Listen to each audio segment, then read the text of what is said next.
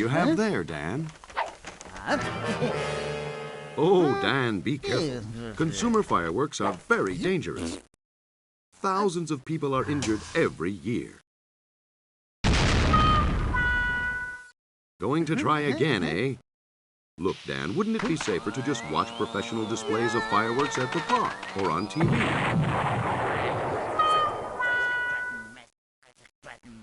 Come on, Dan. Did you know that on a typical Independence Day, more fires are reported than any other day of the year, and that half of those fires are caused by fireworks?